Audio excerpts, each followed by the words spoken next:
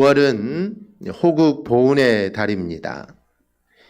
이 호국이라는 말은 나라를 보호하고 지킨다라는 의미이고, 이 보훈은 이 공훈에 보답한다라는 그런 뜻입니다. 즉 나라를 위해서 자신의 몸과 마음을 바친 분들을 기리는 달이 바로 6월 호국 보훈의 달입니다.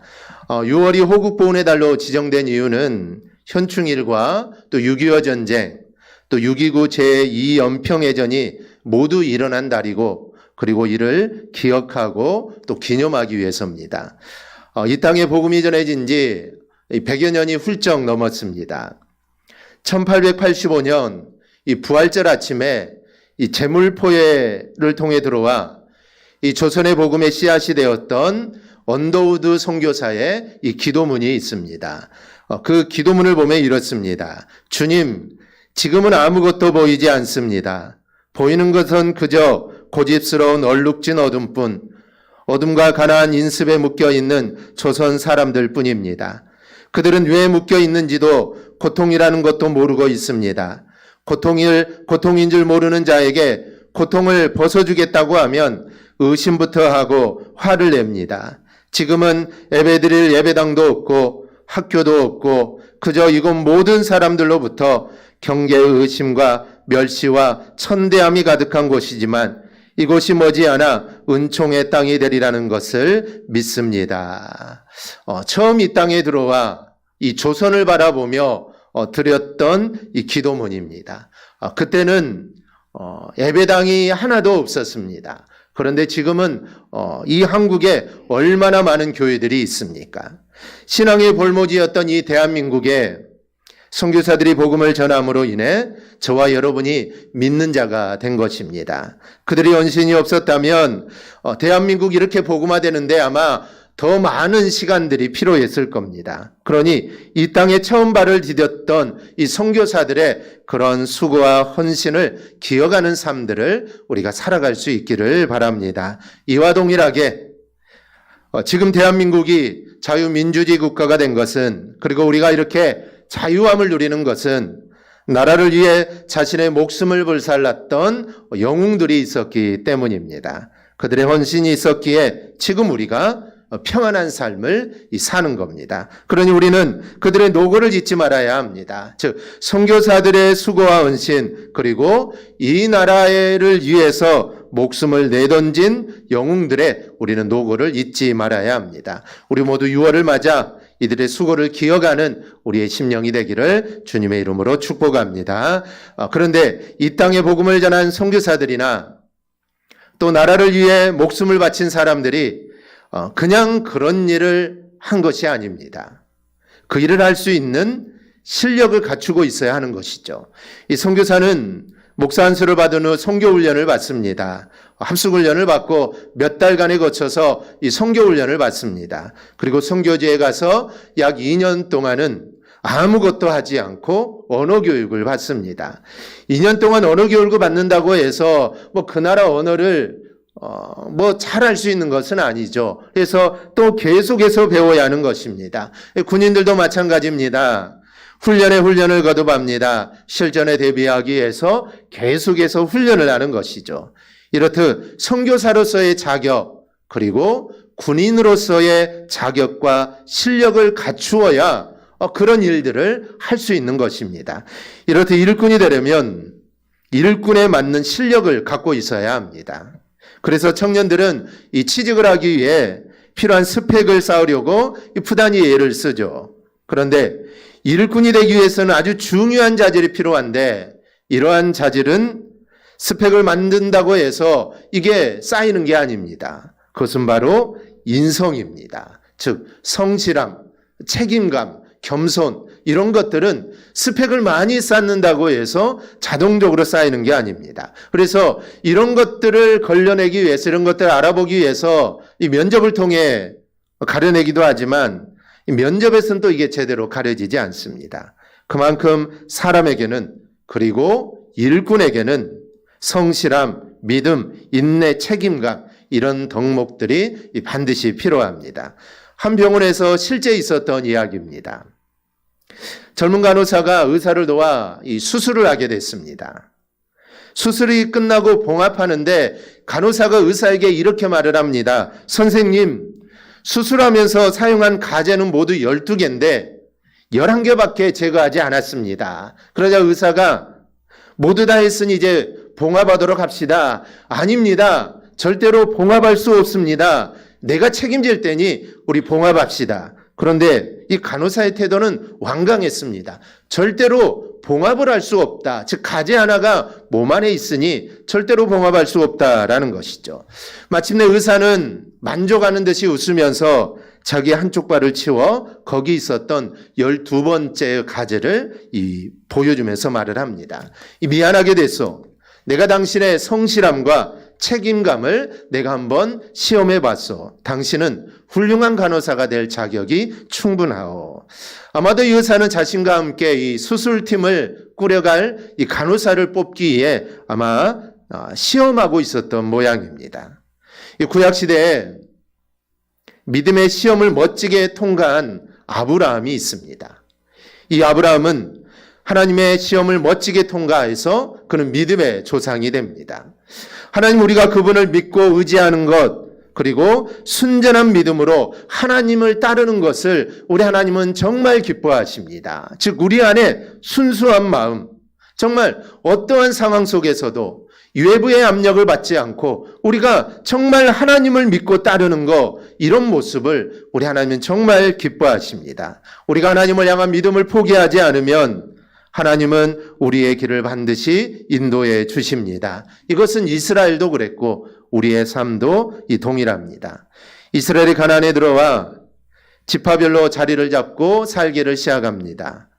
그런데 가나안에는 여전히 이스라엘을 공격하는 여러 민족들이 아직까지 있습니다. 분명 하나님은 적과 꿀이 흐르는 땅 이 가나안을 내가 너희에게 주겠다라고 약속했는데 그렇다면 그 가나안 민족까지 다 쫓아내 주셔야 이게 마땅한데 왜 하나님께서는 이방 민족들을 쫓아내지 않았을까요?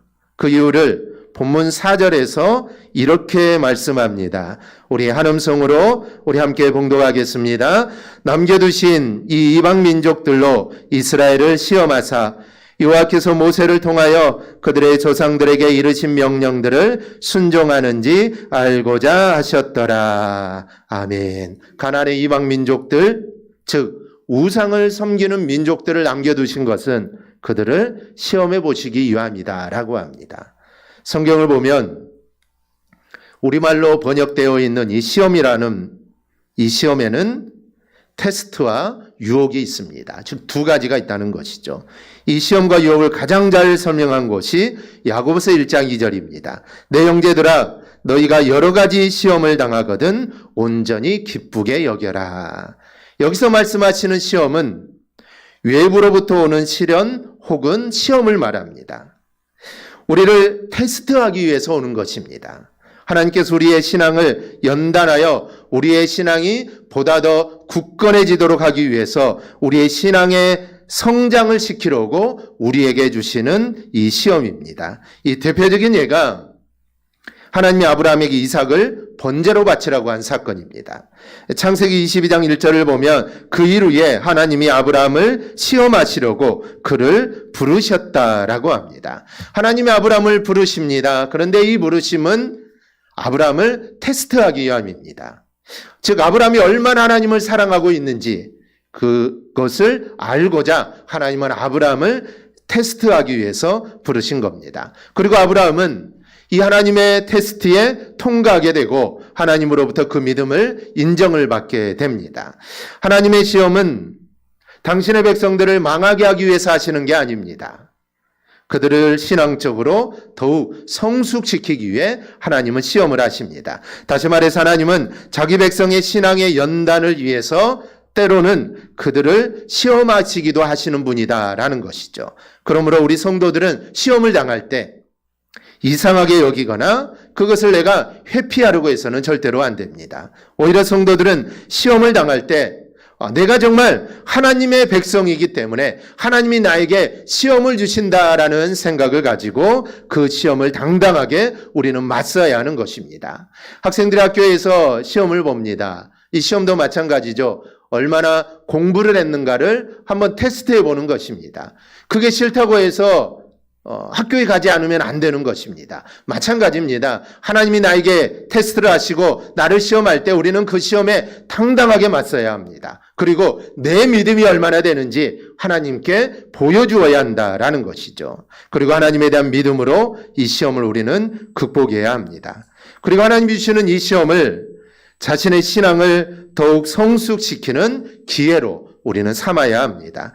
특별히 아브라함에게 하나님이 주신 이 시험은 그 일 후라고 말을 합니다. 즉 어떠한 일이 있은 후에 하나님은 그를 찾아가셔서 그를 시험합니다.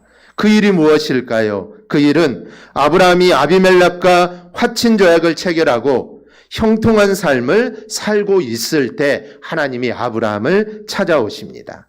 따라서 아브라함에게 하나님의 시험은 아마도 더욱 가혹하게 여겨졌을 것입니다. 이제 모든 것들이 편해지고 지금까지 얼마나 힘든 삶을 살았습니까? 고향을 떠나 정말 알 수 없는 것을 방황하며 이제 좀 평안한 삶을 살고 이제 화친조약도 맺고 이제 전쟁도 좀 그치고 이제 평화로운 삶을 이제 좀 살려고 하는데 그때 하나님이 아브라함을 시험하시니 아브라함 입장에서는 야 하나님이 참 너무하시다. 지금까지 이렇게 고생시켜 놓고 이제 좀 편하려고 하니 왜 나에게 이런 시험을 주시는가? 분명히 아브라함은 그런 마음이 들 수도 있었을 것입니다. 감당하기가 매우 힘들었을 것입니다. 이와 같은 성도에 대한 하나님의 시험은 예기치 않을 때 찾아옵니다. 그리고 형통할 때 찾아옵니다. 정말 이제 모든 것들이 다 잘 될 때, 형통할 때, 대개 그럴 때 하나님의 시험이 찾아오게 되죠. 이것은 우리가 욥에 대한 시험의 경우에서 우리는 확인할 수가 있습니다. 욥이 어떨 때 시험을 당합니까? 모든 것이 평안할 때입니다. 자녀들도 잘 되고 가정도 화목하고 농사도 잘 되고 가축들도 번성하고 이 걱정거리가 하나도 없을 때 그때 바로 욥에게 시험이 옵니다. 우리는 이런 부분들을 통해 되게 형통할 때 우리에게 시험, 즉 테스트가 온다는 것을 우리는 알아야 합니다. 이처럼 하나님의 시험이 예기치 않게 그리고 형통할 때 찾아온 것은 그때가 바로 사람의 믿음을 확인해 볼 수 있는 가장 적절한 때이기 때문입니다. 사실 예고된 시험은 누구나 다 극복할 수 있습니다. 왜냐하면 잘 준비를 하기 때문이죠. 준비해서 잘 극복할 수 있습니다. 따라서 예기치 않게 형통할 때 주어진 시험만이 그의 참 믿음을 평가할 수 있는 것입니다. 따라서 성도들은 하나님의 시험이 언제라도 나에게 임할 수 있다. 즉 내가 힘들 때도 나에게 하나님의 시험이 올 수 있지만 내가 형통할 때도 하나님의 시험이 나에게 올 수 있다라는 이 사실을 절대로 잊어서는 안 됩니다. 특히 형통할 때, 모든 것이 잘 될 때 하나님의 시험이 올 수 있다라는 것을 기억하고 교만하거나 우리의 믿음이 식지 않도록 더욱 신앙의 다름질을 우리가 매진할 수 있기를 바랍니다. 그리고 시험에 대한 다른 단어가 야고보서 1장 13절에 나옵니다. 사람이 시험을 받을 때 내가 하나님께 시험을 받는다 하지 말지니 하나님은 악에게 시험을 받지도 아니하시고 친히 아무도 시험하지 아니하시느니라. 여기에서 나오는 시험은 앞에서 말씀드린 테스트가 아닙니다. 이 시험은 유혹을 말합니다. 죄의 유혹을 말합니다. 이 유혹은 하나님이 주시는 것이 아니라 마귀가 주는 것입니다. 그래서 방금 읽은 말씀에서 말을 하죠. 하나님께 시험을 받는다 하지 말라라는 것입니다. 하나님은 테스트는 하시지만 하나님은 죄의 유혹은 하나님은 하시는 분이 절대로 아닙니다. 그래서 내가 죄의 유혹을 받고 내가 마귀의 시험을 받으면서 왜 하나님이 나에게 이런 시험을 주시는가? 우리는 절대로 그렇게 이야기해서는 안 됩니다. 하나님은 죄의 유혹은 절대로 하지 않습니다. 이것은 마귀가 주는 것입니다. 이것은 하나님으로부터 우리가 멀어지게 하며 악에 빠지게 하려는 목적이 있습니다. 그러니 우리는 하나님이 주시는 시련, 즉 테스트와 마귀가 주는 유혹, 이 두 가지를 우리는 구별할 줄 알아야 합니다. 잘 구별할 수 있습니다. 우리의 이성으로 우리가 믿음 안에 온전히 서 있기만 하면 이 두 가지는 구별하는 거 그렇게 어렵지 않습니다. 그래서 이 두 가지는 잘 구별하여서 하나님이 나를 테스트한다면 그를 받아들여서 믿음으로 극복하면 되지만 마귀가 주는 유혹, 죄의 유혹은 우리가 과감하게 물리쳐야 하는 것입니다. 그러면 하나님께서는 왜 가난에 정착한 이들에게 왜 시련을 주어 그들을 시험하시는 겁니까? 먼저는 하나님은 이스라엘 사람들의 신앙 성장을 위해서 시험하십니다. 본문 1절입니다. 여호와께서 가나안의 모든 전쟁들을 알지 못한 이스라엘을 시험하려 하시며, 하나님은 전쟁을 알지 못하는 세대에 시련을 주어서 그 믿음을 시험해 본다라는 것입니다. 이 사사기 1장 이후를 보면 이 가나안에 들어온 이스라엘 사람들이 각각 자기 지파에서 분배된 땅을 차지하며 살기를 시작을 합니다. 그런데 문제는 여호수아가 죽은 이후에 살기 좋은 땅이 있고 삶이 편해지자 그들은 죄를 짓기 시작을 합니다. 사사기 2장 11절에서 13절입니다. 이스라엘 자손이 여호와의 목전에 악을 행하여 바알들을 섬기며 애굽 땅에서 그들을 인도하여 내신 그들의 조상들의 하나님 여호와를 버리고 다른 신들 곧 그들의 주위에 있는 백성의 신들을 따라 그들에게 절하여 여호와를 진노하게 하였으되 곧 그들이 여호와를 버리고 바알과 아스다롯을 섬겼으므로. 사사기 2장이라면 아직 사사 시대가 얼마 시작된 것도 아닙니다. 여호수아가 죽고 이제 사사 시대가 시작될 건데 2장이라면 사사 시대가 수백 년이 지난 것도 아니고 얼마 시작도 되지 않았는데 그들은 가나안에 있는 바알과 아스다롯을 섬깁니다. 즉 그들을 가나안까지 인도했던 하나님을 버리고 우상을 섬기게 되죠. 가나안 사람들은 이 우상을 농사의 신, 풍요의 신으로 여기며 섬기고 있었습니다. 이스라엘 사람들은 이제까지 농사를 지어본 적이 단 한 번도 없습니다. 광야 40년 동안 하나님이 주신 만나를 먹었기에 그들은 굳이 농사를 지을 필요가 없었습니다.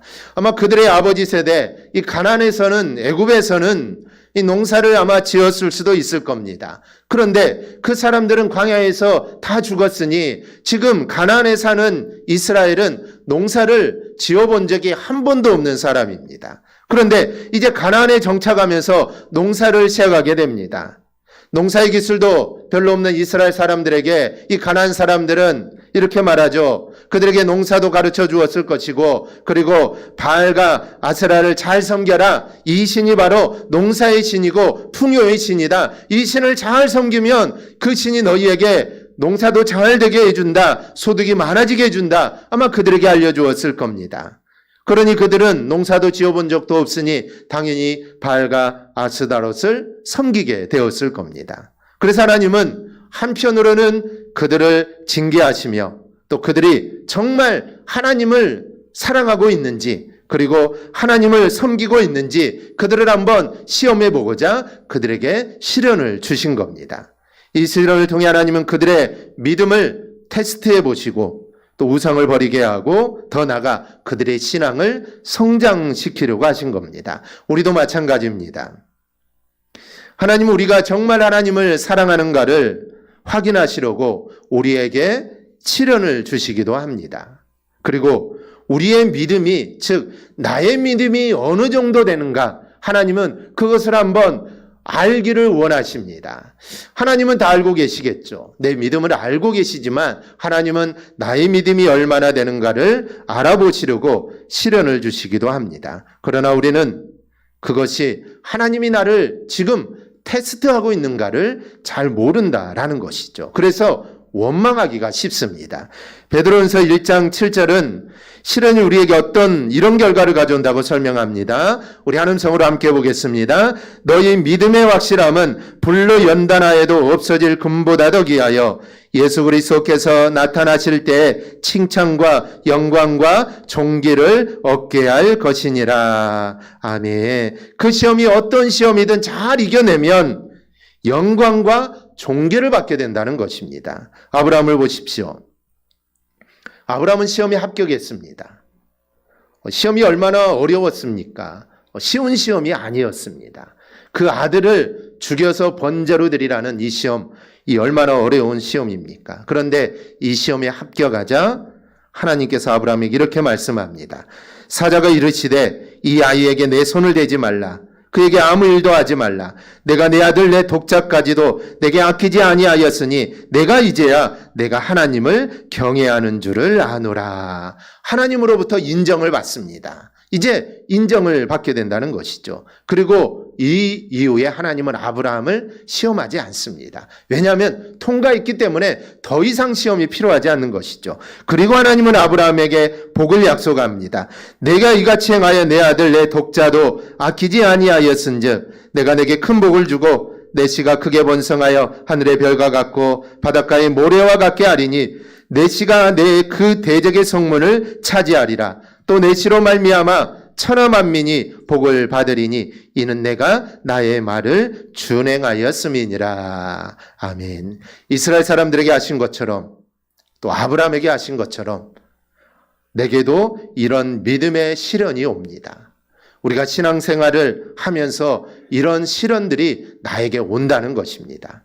내가 믿음으로 살 것인가 말 것인가 이 선택해야 하는 순간이 옵니다.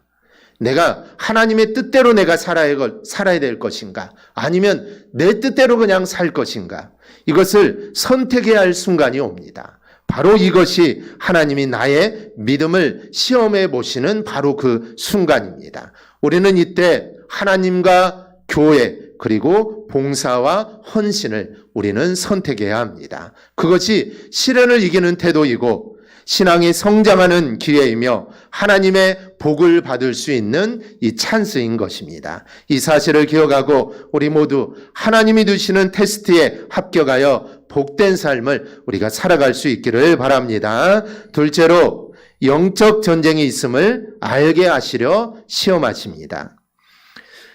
우리가 알듯이 출애굽에서부터 광야 생활 그리고 가나안의 입성, 가나안의 전쟁 등 이 모든 일들은 사실 영적인 전쟁들입니다. 여러분 요단강을 건넌 것을 보십시오. 또 요리거를 전쟁을 보십시오. 이런 것들은 어디 사람의 힘으로 되는 것입니까? 아닙니다. 사람의 힘으로는 되지 않습니다. 이 모든 것들은 오직 믿음으로 가능했습니다. 사람의 힘으로 가능했다면 그냥 육적인 전쟁이라고 할 텐데 이거는 사람의 힘으로는 불가능하고 오직 하나님의 힘, 즉 믿음으로만 가능하기 때문에 요단강을 건너는 거, 여리고 전쟁, 아이성 전쟁, 가나안을 정복하는 거, 이 모든 것들은 다 영적인 전쟁입니다. 아이성 전투를 보십시오. 아이성 전투를 여호수아가 정탐꾼을 보내는데 그들이 와서 하는 말이 백성을 다 올라가게 하지 말고 약 2-3천 명만 보내면 된다라고 합니다. 아이는 말대로 작은 성이라고 것이죠. 여리고 성과는 비교가 되지 않는다는 것입니다. 여리고 성도 그 큰 성도 쉽게 정복했으니 아이 성도 그렇다는 것입니다. 그리고 그 말에 따라 3천 명을 보냈는데 그 전쟁에서 패하고 말죠. 이들이 왜 패했을까요? 아이선 전투의 실패는 아간의 범죄도 있지만 그보다 더 중요한 게 있습니다. 즉 여호수아와 백성들이 자기 힘으로 여리고성을 무너뜨렸다라는 생각에 하나님을 의지하지 않고 아이성을 공격한 것입니다. 즉 이 전쟁은 육적인 전쟁이 아닙니다.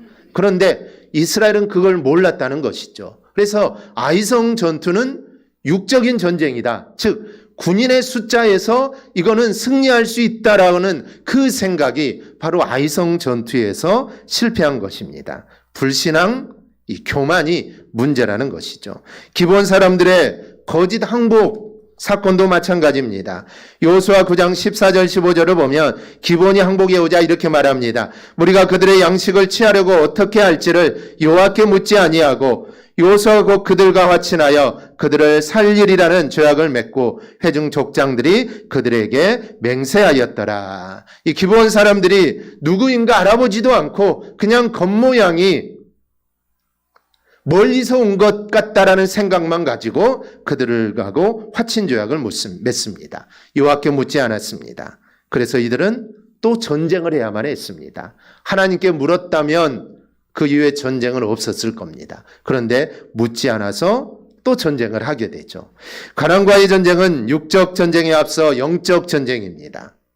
영적으로 주님 앞에 겸손하게 연약함을 인정하고 기도하면 주님과 교제가 이루어지고 성령 충만하면 모든 전쟁에서 이깁니다. 그런데 영적으로 피폐하여 마귀와 전쟁에서 지면 모든 전쟁에서 다 지는 것입니다. 아말렉과의 전쟁도 마찬가지입니다.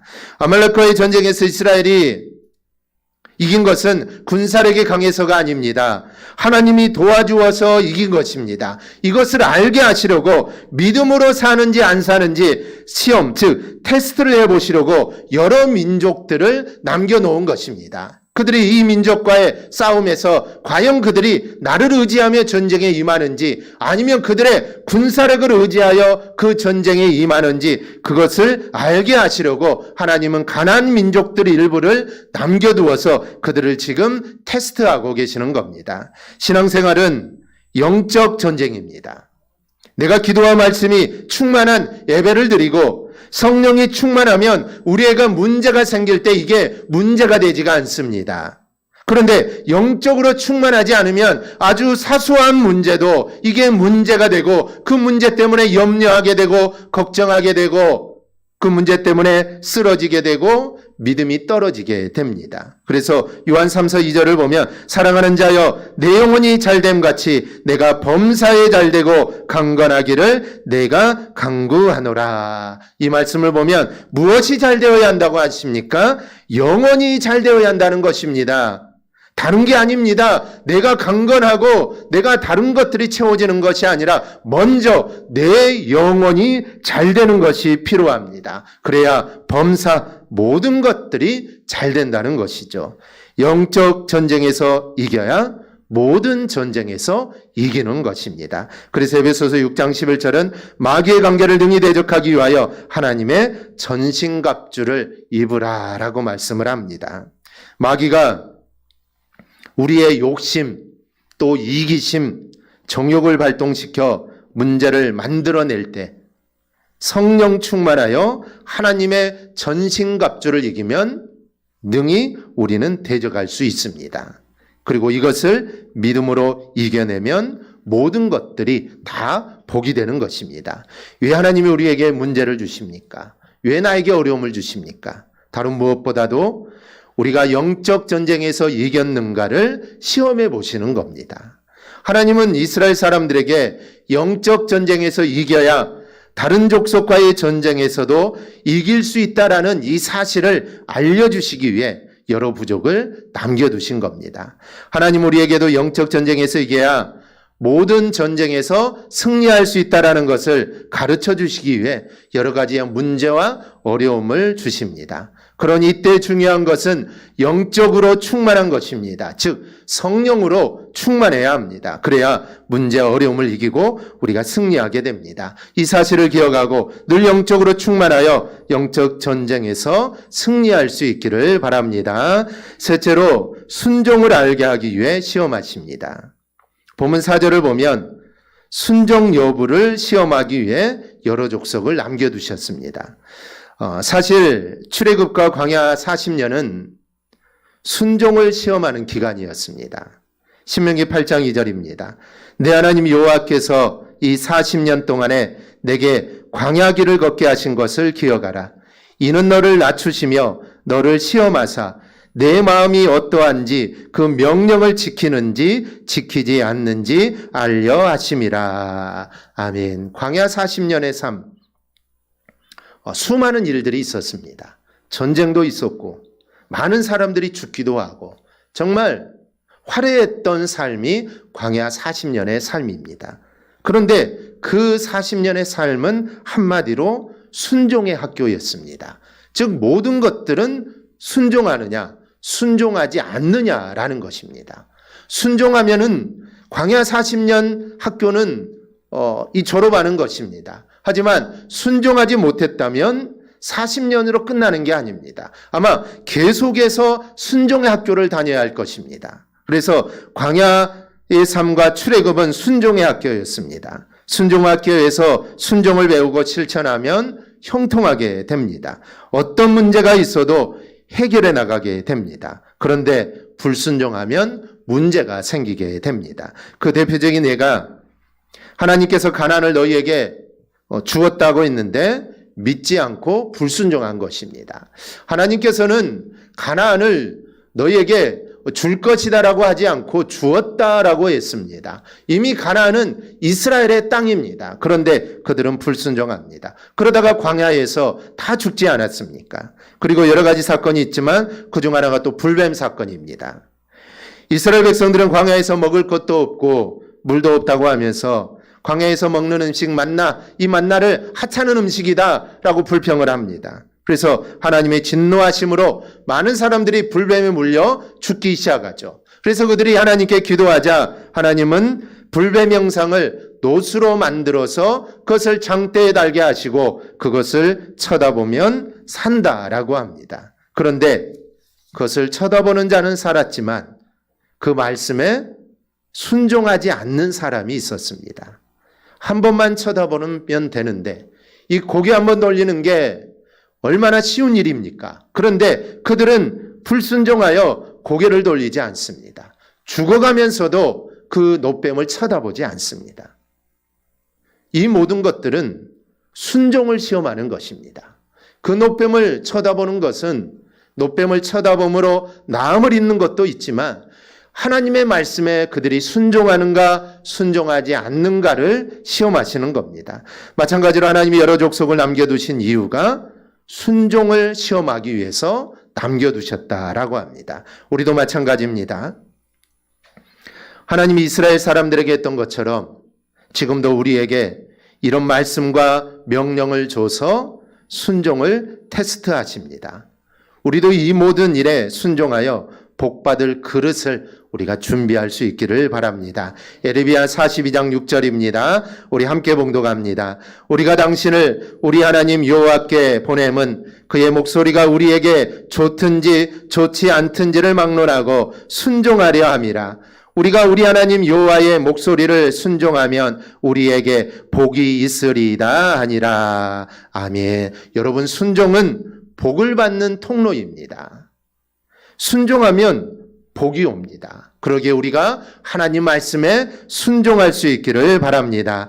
하나님께서 이렇게 이스라엘 사람들을 시험하셨던 것 같이 때로 우리도 이렇게 시험하십니다. 그렇게 함으로써 우리의 모습을 살피시는 겁니다. 하나님의 이 시험에 우리 모두 통과할 수 있기를 바랍니다. 절대로 이 불통이 되어서는 안 됩니다.